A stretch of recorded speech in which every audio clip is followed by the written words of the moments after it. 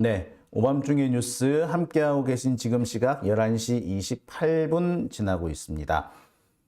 자, 제시카 알바 시켜님, 송영길 대표님 무죄로 판결 나실 겁니다. 라고 하셨고요. 나는 초님, 만약 안 되면 민주당 위성정당의 비례대표 1번으로 가야 된다. 비례대표 1번은 보통 여성이 하게끔 돼 있죠.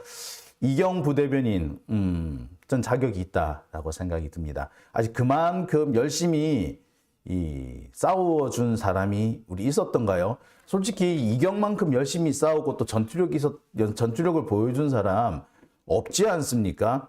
어디 가서 특히 상대방 국힘당 쪽 패널이 나왔을 때 다른 민주당 쪽 패널은 어정쩡하게 이것도 아니고 저것도 아니고 물에 물 탄 듯 술에 술 탄 듯 그렇게 대응하기 일쑤였지만 이경 대변인 같은 경우에는 정말 속 시원하게 우리가 할 말 다 해주지 않습니까? 방송에서 그렇게 할 수 있는 사람 지금 나날이 숫자가 줄어요. 지금 여러 방송에서 민주당 쪽 패널이라고 부르는 사람들 말이 민주당 쪽 패널이지 사실 이낙연 쪽 패널이잖아요. 그래서 맨날 이낙연 얘기만 하고 이재명 대표 불리한 얘기만 하고 그러지 않습니까? 그런 와중에 정말 가뭄에 콩나듯 눈에 띄는 우리 편 아닙니까? 이 우리 편이 억울하게 정치 공작의 희생이 될 수도 있습니다. 여러분들 많이 도와주시기 바랍니다. 자, 제가 이렇게 재판 얘기를 하면 답답해요. 저도 한동훈하고 재판을 하고 있는데 재판 현장에서 가서 보면은 정말 속 탈 때가 많습니다. 아니, 이게 과연 지금 이 재판에서 쟁점이 될 수 있느냐 싶은 그런 게 되게 많거든요. 근데 그 말도 안 되는 거를 쟁점 삼아서 계속 떠들고 있는 겁니다. 기가 막히죠. 자, 저 같은 경우는 그래요. 한동훈이 왜 LCT 수사는 안 했느냐. 제가 이 말을 했다고 해서 지금 한동훈한테 고소를 당한 거 아닙니까? 아니, 안 한 건 안 했잖아. 그래서 왜 안 했느냐고 물었잖아요. 근데 그게 왜 명예훼손이 되겠습니까? 말도 안 되죠. 근데 한동훈은 뭐라고 주장을 하느냐 하면은 대검, 자기한테 한 번도 그 사건이 배당된 바 없다. 그러면 답을 배당이 안 돼서 수사 못했다라고 하면 되는 거지. 그죠? 근데 배당이 된 적이 없다. 근데 배당이 된 적이 없다는 걸 알면서도 이런 질문을 했다라는 식으로 우기는 거예요. 정말 황당하더라고. 제가 말하는 거는 배당이 됐다 안 됐다의 문제가 아니라 할 수도 있지 않았느냐. 할 수도 있었는데 왜 안 했느냐. 이 얘기란 말이에요. 그죠? 그러면서 제가 얘기를 들었던 것이 대검 반부패부장 할 때 이럴 때 다 할 수 있지 않았냐. 직접 수사를 대검 반부패부장 같은 경우는 직접 수사는 못하지만 수사에 개입할 수 있는 여지는 충분한 거 아닙니까? 그죠? 그런 권한도 있는 거고. 근데 왜 안 했느냐? 요 얘기를 묻는 거건데, 예. 취재를 제대로 하지도 않고, 허위 주장을 했다는 등, 이런 소리를 하는 거예요. 도대체 뭔 취재? 대검 반부패 부장이 각 지검의 특별수사, 반부패 수사에 관여할 수 있는 그런 권한이 없다는 거예요? 그건 아니잖아요. 도대체 뭔 말을 하는지 모르겠더라고. 심지어는 지가 먼저 나를 고소를 해놓고서는 그 고소에 대해서 제가 막 설명을 한 거 있잖아요. 내가 왜 이런 얘기를 하게 됐는지. 근데 그것도 문제라는 식으로. 어이구, 내 참 돌아버리네. 그럼 고소를 당했는데 내가 내 입장을 설명 안 해? 참네. 황당하지 않습니까? 자, 여하튼. 그런데 제 그런 항변을 법원에서 안 받아주는 거야. 나 진짜 황당하더라고. 이게 이런 경우가 다 있나 싶은데 지금 법원에 이 돌아가는 판때기가 이래요. 이게 정말 기울어진 운동장이라는 게 이런 데서 쓰는 말이구나 싶을 때가 있습니다. 자, 이재명 대표 역시도 지금 비슷한 상황에 처해 있는 것 같아요. 어떻게 제1야당, 아니 정확하게 말하자면 원내 제1당이잖아요. 여야를 떠나서 가장 의석수를 많이 가지고 있는 게 민주당이지 않습니까? 그러면 제1야당이라고 그런 게 아니라 그냥 원내 제1당이라고 그래요. 원내 제1당의 대표 역시도 재판을 받으면서 이렇게 황당한 일을 많이 당합니다. 그리고 그 황당한 일이 이번에 또 벌어지고 있어요. 지금 벌어지고 있습니다. 제가 그래서 오늘 그 얘기를 좀 해보려고 합니다. 어떻게 이런 일이 벌어질 수 있지?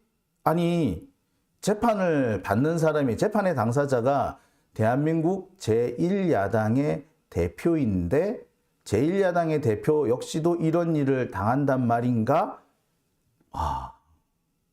만약에 그게 사실이라면 참 대한민국은 암담한 거죠. 자, 근데 그 암담하다 싶은 일이 현재 벌어지고 있습니다. 더군다나 그런 일은요, 유동규라는 애가 법정에 나오면 그때부터 더 심각해지더라. 자, 그래서 제가 오늘 준비한 첫 번째 주제가 있습니다. 첫 번째 주제는요, 또 재판 안 나온 유동규, 왜 자꾸 도망칠까입니다. 자, 유동규는요, 지금 대장동 관련 재판에서 거의 핵심적인, 거의 유일한 증인이라고 해도 과언 아닙니다. 이재명 대표한테 불리한 증언을 쏟아내는 것도 사실은 유동규밖에 없다라고 봐도 과언 아닙니다. 남욱이라든지 뭐 이런 사람들도 뭐 이재명 대표한테 딱히 유리한 증인은 아니지만 앞뒤 뭐 전후 사정을 가만히 살펴보면 반드시 불리하다라고만 보기 어려운 뭐 그런 대목도 상당히 많아요. 자, 그런데 이 유동규 증언 같은 경우에는 일단은 뭐 거의 작정하고 뭐 진실 여부와는 상관없이 나는 무조건 이재명을 올가매야겠어 라는 그런 목적에서 증언이 진행되는 것 같은 그런 느낌을 참 많이 받습니다. 자, 이런 재판에서 제일 중요한 게 뭐냐? 이런 재판에서 이 피고 측이 억울하게 당하지 않고 자신의 이 인권을 지키려면 꼭 필요한 것이 바로 반대 신문입니다. 변호인 반대 신문. 증인이 검찰한테 유리한 증언을 했으면 그 반박도 들어봐야 될 거 아닙니까? 그죠? 그게 정상적인 재판이잖아요. 그죠? 자, 그런데 지금 현재 이 유동규가 하고 있는 이런 상황을 보면은 이거는 반대 신문만 할 때가 되면 갑자기 아프다면서 법원에 안 나오는 일, 그런 일들이 계속 벌어지고 있습니다. 마치 일부러 짠 게 아닌가 싶은 뭐 그런 상황이죠. 처음에는 뭐 진짜 아픈가 보다라고 생각을 했었는데 이제는 아픈 게 아니라 얘는 때만 되면 아픈 척 하는 거 아닌가? 반대 신문을 받으면 자신이 그동안 해왔던 이런 주장들의 허구성이 드러날 것 같으니까 그 허구성을 숨기기 위해서 일부러 저러는 게 아닌가 싶은 그런 대목들이 상당히 많이 포착이 됩니다. 자, 그래서 제가 준비한 첫 번째 주제, 또 재판 안 나온 유동규, 왜 자꾸 도망갈까? 반대 신문만 하면은 아프니? 입니다. 자, 지난 22일, 그러니까 지난 금요일이죠. 금요일 날 이재명 대표에 대한 재판이 열렸습니다. 이 재판은요, 이재명 대표와 정진상 실장이 함께 재판을 받고 있는 바로 그 사건입니다. 대장동 사건이 제일 핵심되는 부분이죠. 그러니까 조병구 부장판사가 김용 부원장 사건만 따로 떼서 판결을 내렸는데요. 자, 그때 정진상 실장 사건하고 이재명 대표 재판을 다른 쪽으로 잘라서 보내버렸죠. 그 다른 쪽으로 보낸 재판이 지금 진행되고 있는 거라고 보시면 됩니다. 이 재판에서 유동규가 또 증인으로 출석을 하고 있습니다. 그러니까 지금 유동규 재판을 지금 몇 번은 유동규의 이 증인 신문을 몇 번을 우려먹는지 모르겠어. 지금 여러 번 우려먹고 있는 그런 상황이에요. 자, 여튼 어제 이 재판이 열렸는데 이 어제 재판에 원래대로 하자면 유동규가 증인 신문을 받게 돼 있었고 이거는 변호인 반대 신문 차례였습니다. 지난번 재판에서 유동규가 검찰 측 주신문을 받았기 때문에 이제부터는 반대 신문이 진행이 됩니다. 검찰 측 주신문이 꽤 오랫동안 길게 진행이 됐어요. 한 두세 차례 재판 기일을 열어가지고 계속 유동규하고 검찰 측 주장에 대해서만 자꾸 쭉 늘어놓은 겁니다. 이제부터 반대 신문이 들어가서 이재명 대표 측의 얘기를 할 거예요. 자, 그런데 어제 유동규가 재판에 안 나옵니다. 재판에 안 나온 지 지금 좀 됐어요. 지난번 교통사고 난 다음에 이 교통사고를 핑계해서 계속 안 나오고 있습니다. 재판 교통사고 나서 입원했을 때 그때야 재판에 출석하라고 우길 수는 없는 거죠. 하지만 이제 병원에서 퇴원도 했고 크게 건강에 문제가 없어 보이는데 갑자기 아프다면서 지금 안 나오고 있습니다. 이날뿐만 아니라 지금 다른 재판에서도 지금 유동규는 갑자기 안 나오고 있어요. 원래대로 하자면 그 사이에 분명히 검진이라든지 이런 걸 다 받았던 걸로 보이는데 글쎄 검진이 아직 끝나지 않았다는 주장을 지금 하고 있는 것으로 보입니다. 이 목 부분에 무슨 좀 부상을 입었다는 식으로 주장을 한다는 거예요. 그래서 안 그래도 지금 여러 가지 그 고혈압이라든지 지병이 있는데 이렇게 교통사고 때문에 증언을 할 수 없다 이렇게 주장을 하고 있답니다. 자, 그래서 원래 어제 나와야 되는 유동규가 나오지 않았어요. 자, 그러면 재판이 공전될 수 있겠네요. 자, 문제는 어제 하루만 재판이 공전되는 것이 아니라 앞으로도 계속 쭉 공전될 가능성이 있는 겁니다. 법원으로서는 난감한 상황이죠. 지금 일정이 되게 빡빡한데 그리고 제일 핵심적인 증인이 유동규인데 그것도 이미 증언이 진행되는 상황에서 반대 신문하기에 앞서서 갑자기 딱 멈춰섰다? 참 난감한 상황인 거예요. 자, 그런데 갑자기 여기에서 검찰이 어거지를 쓰기 시작합니다. 유동규가 못 나오니까 남욱, 정영학, 김만배 이들의 증인부터 먼저 듣자라는 식으로 이제 주장을 해요. 그러니까 유동규가 안 나오니까 다른 증인들을 먼저 진행하자 이 주장인데 문제는 남욱이나 정영학 이들이 사실상 유동규를 위한 팁을 주는 겁니다. 유동규가요 계속 법정에서 보면은 앞뒤가 안 맞는 얘기를 계속 한단 말이야. 그리고 유동규가 한 얘기가 남욱, 정영학이 한 얘기와 배치되는 경우가 상당히 많아요. 그래서 매번 이때도 야 남욱, 정영학 얘기하고 네 이야기하고 다르잖아라고 상충되는 부분이 있었기 때문에 이 앞번 다른 재판에서도 상당히 논란이 됐었습니다. 그러니까 이거를 막기 위해서 남욱, 정영학을 먼저 증언을 듣겠다는 거죠. 달리 말하면은 남욱과 정영학이 한 증언에 맞춰서 유동규는 네, 아니요 라고만 얘기하면 된다는 겁니다. 더군다나 변호인 반대 신문이 있을 때 그렇게 한다는 건 뭐다? 사실상 변호인 반대 신문을 앞두고 유동규가 혹시라도 헛소리 할까봐 또 지난번처럼 괜히 앞뒤가 다른 얘기 다른 상황, 객관적인 상황과 배치되는 그런 얘기를 할까봐 그거를 미연에 방지하기 위해서 이러지 않느냐라는 의심을 할 수밖에 없는 그런 상황인 겁니다. 자, 앞선 재판에서 유동규는요, 정말 폭주했었습니다. 지난 12월 초쯤에 있었던 재판인데, 이날은 정진상 실장과 관련된 부분에 대해서 진술을 해요. 특히 어떤 부분이냐면 본인이 핸드폰을 잃어버린 이유 혹은 핸드폰을 버린 이유에 대해서 설명을 하면서 정진상이 시켰다고 막 얘기를 해. 이에 대해서 정진상 실장이 정면으로 반박을 하니까 법정에서 막 고성이 오가고 난리가 났던 그런 날입니다.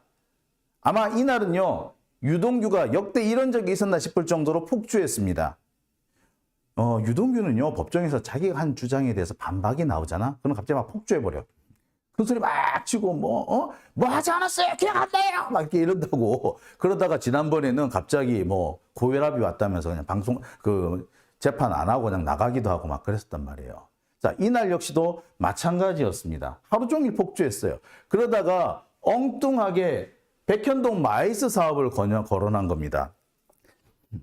자, 이게 정말 야비한 것인 게 이게 재판 내용하고는 아무 상관이 없는 거거든요.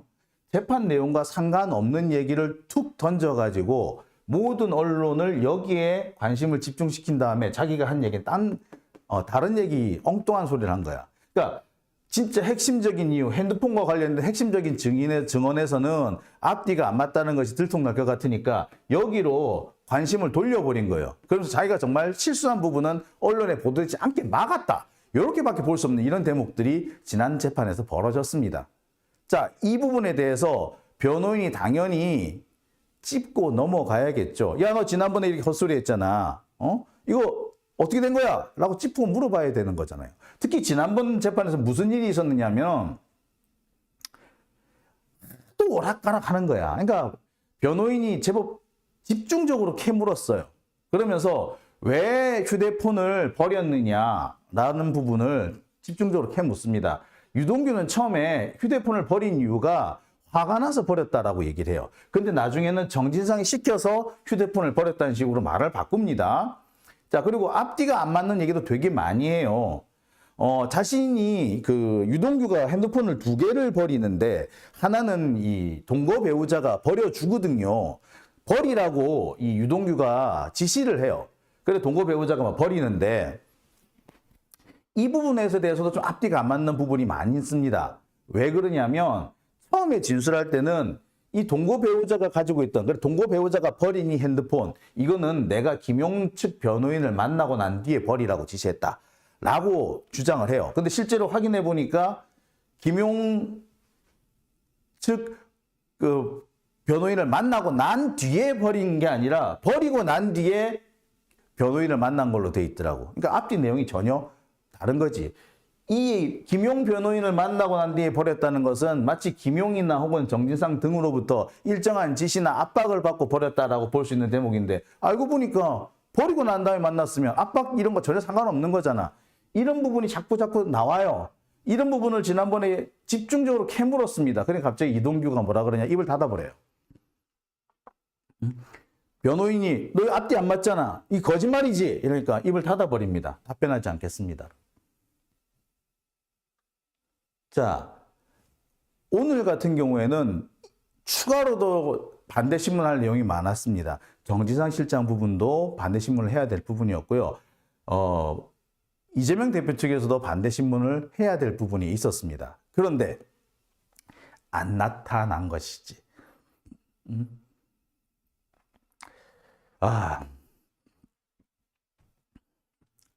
자, 핸드폰과 관련해 가지고는 제가 지난번에 여러 가지 얘기를 해 드렸습니다. 지금 현재 유동규가 앞뒤가 안 맞는 진술을 되게 여러 가지 했는데 이 핸드폰과 관련해 가지고는 언급이 없다가 갑자기 언급이 등장하기도 해요. 그리고 자, 휴대폰을 버렸으면 버려야 될 만한 이유가 있었을 거 아니야, 그죠? 그 핸드폰 안에 중요한 내용이 들었으니까 그걸 숨기기 위해서 버렸을 거 아니야. 그래서 물어봅니다. 관에 뭐 들었는데? 안 들었대, 중요한 거. 왜? 휴대폰 바꾼 지 얼마 안 됐다는 거야.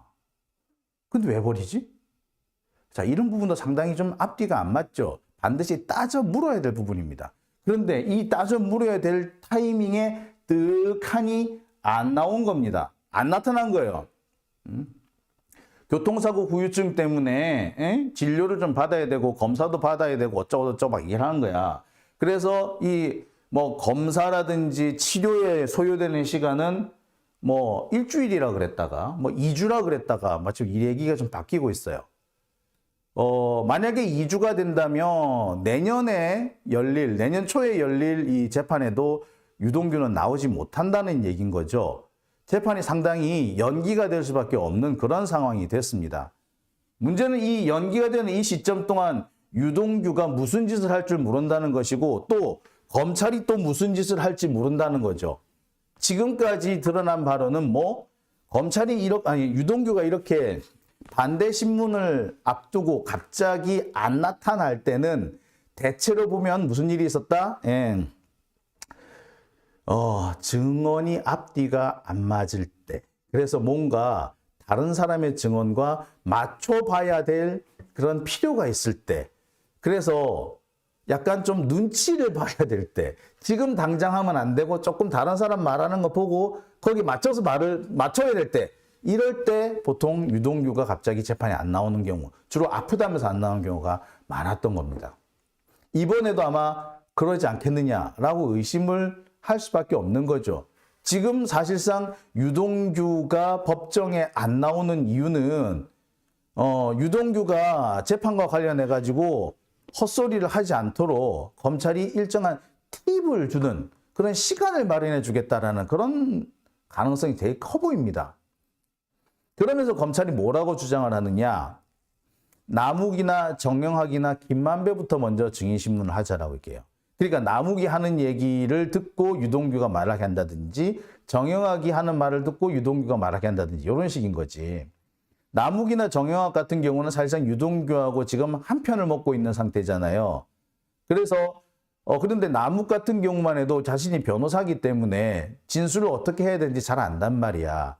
그런데 이 유동규 같은 경우에 그냥 지가 그냥 훅 찔러놓고 나중에 남욱하고 진술이 안 맞는 경우가 왕왕 있었거든. 이런 일을 막으려고 하는 거죠. 그리고 역대 보면은 검찰이 그래요. 유동규한테 야, 남욱은 이렇게 진술했던데 이거 맞지? 이렇게 물어보기도 한단 말이야. 그럼 유동규가 생각해보니 그게 맞네요. 이런단 말이에요. 그럼 결국 뭐 하겠다는 겁니까? 해야 순서 지금 유동규 진술이 지금 쭉 진행되고 있는 중에 갑자기 스톱하고 갑자기 남욱으로 바뀌는 거는 유동규가 더 말실수 못하도록 막아놓고 남욱이 먼저 떠버린 다음에 나중에 남욱이 이렇게 얘기하던데 이게 맞지? 이런 식으로 몰고 가겠다라는 거 아닙니까? 작전이 그 작전인 거 아니야. 즉 증언을 듣겠다는 것이 아니라 검찰이 원하는 방향을 정해놓고 거기에 맞춰서 유동규 진술을 끼워 맞추겠다는 얘기인 거죠. 유동규는 항상 그랬어요. 남욱이라든지 유동 이런 사람들 진술을 하는 걸 보면서 자꾸 바꾸는 거였단 말이에요. 어떤 경우에는요, 생각 안 난다, 잘 모른다 이렇게 얘기했던 것도 남욱이 이렇게 얘기했다던데 라고 하면 맞다 듣고 보니 그러네요 라고 하면서 딴소리를 합니다. 그러면서 사실 그때 무슨 일이 있었냐면요. 이렇게 딴소리 헛소리라고 막 그런 거예요. 그러면서 마치 자기 진술이 엄청 신빙성이 있는 것처럼 막 떠들어왔습니다. 이번에도 또 그런 식으로 하겠다라는 의도가 엿보이는 거죠. 누가 보더라도 그렇게 볼 수밖에 없는 그런 대목 아니겠습니까? 근데 문제는 여기에서 그치는 게 아니에요. 일정을 이렇게 남욱, 정영학, 김만배 요 단계를 다 하고 나면은요. 시기가 언제가 된다? 내년 3월이 됩니다. 내년 3월이면 뭐? 선거 직전인 거죠. 즉 검찰 입장에서는 이 오락가락하는 유동규가 선거 때 맞춰가지고 이재명한테 불리한 진술을 쏟아내게끔 만들겠다라는 그런 의도인 거죠. 즉 선거에 유동규를 악용해 먹겠다. 검찰은요, 지금 그 선거 앞두고 이 선거 과정에서 뭔가 또 이재명 대표를 물고 늘어질 끈덕지를 찾으려고 할 겁니다. 지금 상황을 보면은 1월이나 2월쯤에 또 뭔가를 가지고 또 이재명 대표를 물고 늘어지는 또 영장 청구한다는 그런 얘기 벌써 나오잖아. 벌써 지금요 서초동이고 여의도고 검찰이 다음 조만간 영장 청구할 것이다라는 소문이 쫙 퍼져 있어. 그래가지고 지금 빌드업 중이다. 그 얘기가 벌써 나오고 있습니다. 자, 지금 역시 바로 검찰이 선거 때 맞춰가지고 유동규 말을 만들려고 하는 게 아니겠느냐. 그래서 언론 플레이를 하려는 게 아닌가라고 그렇게 의심을 할 수밖에 없는 상황이 되어 있습니다. 자, 재판에서 이재명 대표 측 변호인이 이런 얘기를 좀 성실하게 이 재판부에 소명을 했습니다. 재판부도 가만히 들어보니까 그럴 수도 있겠네요 라고 인정을 했어요. 그래서 일단 참고인 성격의 증인부터 재판을 하기로 했습니다. 문제는 이 과정에서 이재명 대표 측의 이 변호인이 유동규의 증언이라든지 모순을 집중적으로 공략을 할 거라고 보입니다. 그리고 남욱이라든지 이런 사람의 진술을 듣고 증언을 바꾸는 이런 시도도 봉쇄하려고 할 거예요. 하지만 이게 좀 만만한 일은 또 아닌 것 같습니다. 이와 관련해서 제가 꼭 드리고 싶은 말씀이 하나 있어요. 지난번에 그 김용 부원장 재판에서 그 김용 부원장 재판의 유죄의 핵심적인 증거로 인정된 것이 바로 유동규 진술이었지 않습니까? 자, 그러면서 많은 신문들이 유동규의 진술의 신빙성이 인정됐다. 따라서 이재명도 위험하다라는 식으로 보도를 했어요. 하지만 얘기가 또 좀 다릅니다. 왜냐? 아시다시피 유동규가 계속해서 말을 바꾸고 심지어 법정에서 했던 말도 이날 했던 거, 전날 했던 거 말이 다르다. 그래서 도저히 신빙할 수 없다. 그런 상황이라고 제가 말씀을 드렸죠. 자, 그렇기 때문에 지금 법원도 유동규의 이런 증언을 일괄적으로 신빙성이 있다라고 말 못해요. 오히려 유동규의 증언을 대체적으로 부인하는 그런 방향으로 봅니다. 다만 모든 증언이 모든 진술이 다 신빙성이 없는 거 아니고 그 각 개별 진술을 일일이 살펴봐서 신빙성을 각각 판단해야 된다. 그런 식인 거죠. 따라서 김용 부원장 같은 경우에는 유죄로 인정됐던 그 몇 가지 진술들은 신빙성이 있다라고 판단한 겁니다. 달리 말하자면 앞으로 유동규의 진술은 하나하나 신빙성을 인정받거나 또 하나하나 신빙성을 탄핵당해야 되는 그런 상황이라는 거죠. 그러니까 재판부도 할 일이 많아지고 또 이재명 대표 측의 변호인도 할 일이 좀 많아지게 됩니다. 사실 제대로 된 재판이라면 유동규 이렇게 개소리 자꾸 하는데 이 새끼 말을 어떻게 믿노? 그냥 일률적으로 못 믿는다고 하자라고 보는 게 정상이거든요. 그러면서 특별한 경우 유달리 이 증언은 신빙성이 있다라고 하는 것만 쏙 뽑아드려야 되는데 지금은 상황이 좀 다르게 되어 있는 거죠. 참 그런 면에서 좀 안타깝기도 합니다. 아마 검찰은 이런 점 때문에 유동규가 이 법정에서 이렇게 공격당하는 거, 유동규의 진술이 법정에서 이렇게 탄핵당하는 거를 어떻게든 간에 막아보기 위해서 시간을 좀 얻은 게 아닌가 저는 그렇게 좀 생각을 해보고 있습니다. 달리 말하면 근데 여러분 가만히 생각해 보세요. 제가 지금 여러분 이게 쭉 설명을 드렸는데 이게 정상적인 재판입니까? 예? 핵심적인 증인의 진술이 계속 오락가락 하는데 이 증인이 했던 주장 중에 일부는 신빙성이 있으니까 유죄다. 이런 식으로 결론이 나오는 게 맞아요? 저는 제가 볼 때 그건 아니라고 보거든요. 근데 법원이 억지로 유동규 진술의 신빙성을 부여하기 위해서 궤변을 늘어놓지 않는가? 이 궤변이지. 저는 그런 생각이 자꾸 듭니다. 참 그런 면에서 볼 때 법원의 지금 이 태도가 재판부의 태도가 상당히 저는 의구심이 가고 이거 이래도 되는가? 이게 정말 제대로 된 재판인가? 민주사회의 재판이 과연 이런가? 라는 그런 비판을 안 할 수가 없을 것 같아요.